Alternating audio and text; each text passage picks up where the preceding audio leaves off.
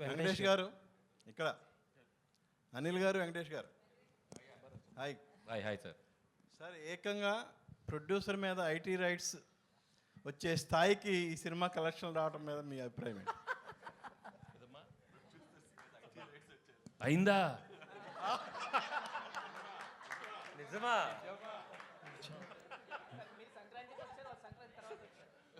అన్నీ అవుతాయి, వాళ్ళు కూడా అన్నీ అవుతాయి, అన్నీ బాగానే అవుతాయి.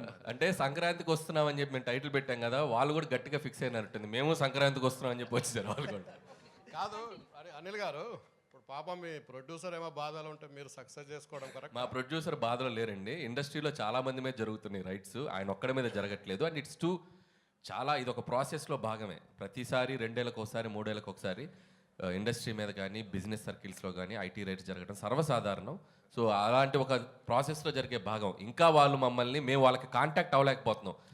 ఎవరో డ్రైవర్స్ నుంచి దొంగచాటుగా అక్కడక్కడ పట్టుకొని, సార్ మేము ఇలాంటివి చేస్తున్నాం అంటే రాజుగారు ఒకటే చెప్పారు, మేము వచ్చినా రాకపోయినా మీరు ప్రమోషన్స్ కానీ ఇంట్రాక్షన్స్ కానీ ఏవి ఆపొద్దు, ఈ సినిమా విజయాన్ని ప్రజల మధ్య మీరు పంచుకుంటూనే ఉండండి. వాళ్ళ క్లియర్ ఇన్స్ట్రక్షన్ మాకు ఉంది కాబట్టి హ్యాపీగా మేము మా పనిలో మేము సినిమా గురించి, ఇదేదో మా పర్సనల్ ఇది కాదు, సినిమా కోసం జస్ట్ కేమ్ హియర్. సుకుమార్ ఇంట్లో జరుగుతుంది, మీ ఇంటికి కూడా వస్తారా?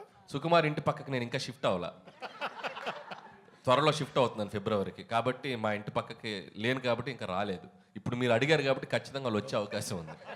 వెంకటేష్ గారు సార్, సార్ మా డైలీ ప్రొఫెషన్ వైజ్గా చాలామంది హీరోలను కలుస్తూ ఉంటాం. బట్ క్లియర్లీ చెప్పాల్సింది ఏంటంటే వెంకటేష్ గారు ఒక డిఫరెంట్ కైండ్. ఎలా అంటే మీ సినిమాల్లో మీ మీద సెల్ఫ్ సెటైర్ వేసినా సరే గ్రేషియస్గా తీసుకునే యాక్టర్ మీరు. అలాగే ఇప్పుడు ప్రమోషన్స్ అంటే ఒక బార్ అనేది, ఒక రిస్ట్రిక్షన్ అని ఏమీ పెట్టుకోకుండా సినిమాని ఆల్అవుట్ ప్రమోట్ చేసిన హీరో మీరు.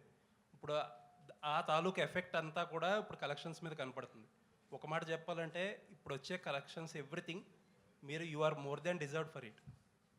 Thank you. అండ్ అనిల్ గారి గురించి చెప్పాలంటే క్వశ్చన్ ఏం లేదు సార్ మీకు, ఐ జస్ట్ వాంటెడ్ టు సే.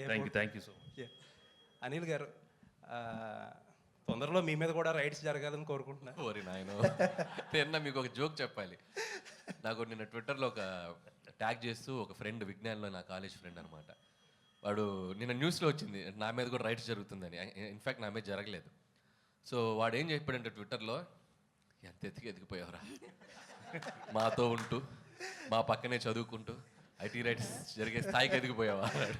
అదే అలా ఆ ఐటీ రైట్స్ స్థాయికి ఎదగాలని మీరు కోరుకుంటున్నాం. వద్దులేండి, అది ఆ టెన్షన్ నాకెందుకు, నన్ను ఇలా ప్రశాంతంగా ఉండనివ్వండి.